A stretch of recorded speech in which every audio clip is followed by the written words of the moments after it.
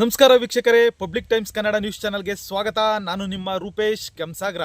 ಮಾಗಡಿ ತಾಲೂಕಿನಲ್ಲಿ ವಲಸಿಗ ಕಾರ್ಮಿಕರ ವಿಚಾರ ಮತ್ತೆ ಚರ್ಚೆಗೆ ಗ್ರಾಸವಾಗಿದೆ. ಸ್ಥಳೀಯ ಕಾರ್ಮಿಕರ ಉದ್ಯೋಗಕ್ಕೆ ಧಕ್ಕೆಯಾಗುತ್ತಿದೆ ಎಂದು ಆರೋಪಿಸಿ ಕರ್ನಾಟಕ ರಾಜ್ಯ ಕಟ್ಟಡ ಮತ್ತು ಅಸಂಘಟಿತ ಕಾರ್ಮಿಕರ ಒಕ್ಕೂಟದ ನೇತೃತ್ವದಲ್ಲಿ ಬೃಹತ್ ಪ್ರತಿಭಟನೆ ನಡೆಯಿತು.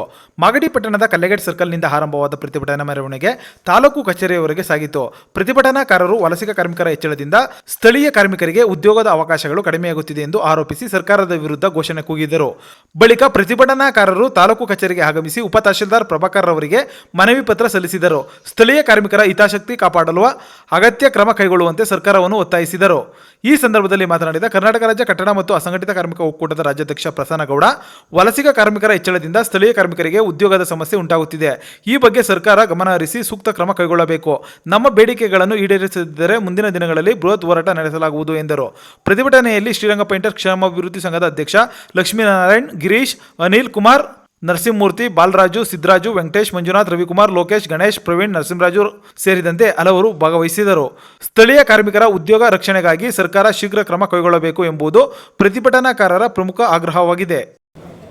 ಏನಿವತ್ತು ಮಾಗಡಿ ತಾಲೂಕಿನಲ್ಲಿ ವಲಸೆ ಕಾರ್ಮಿಕರು ಅತಿ ಹೆಚ್ಚು ಕೆಲಸ ಮಾಡೋದ್ರಿಂದ ನಮ್ಮ ಸ್ಥಳೀಯ ಮಾಗಡಿ ತಾಲೂಕಿನ ಕಾರ್ಮಿಕರಿಗೆ ತೊಂದರೆ ಆಗ್ತಾಯಿತ್ತು. ಆ ಕಾರ್ಮಿಕರನ್ನು, ವಲಸೆ ಕಾರ್ಮಿಕರನ್ನ ನಮ್ಮ ತಾಲೂಕಿಂದ ಹೊರಗಡೆ ಹಾಕಬೇಕು ಅನ್ನೋ ನಿಟ್ಟಿನಲ್ಲಿ ಇವತ್ತು ಹೋರಾಟವನ್ನು ಮಾಡಿದೋ.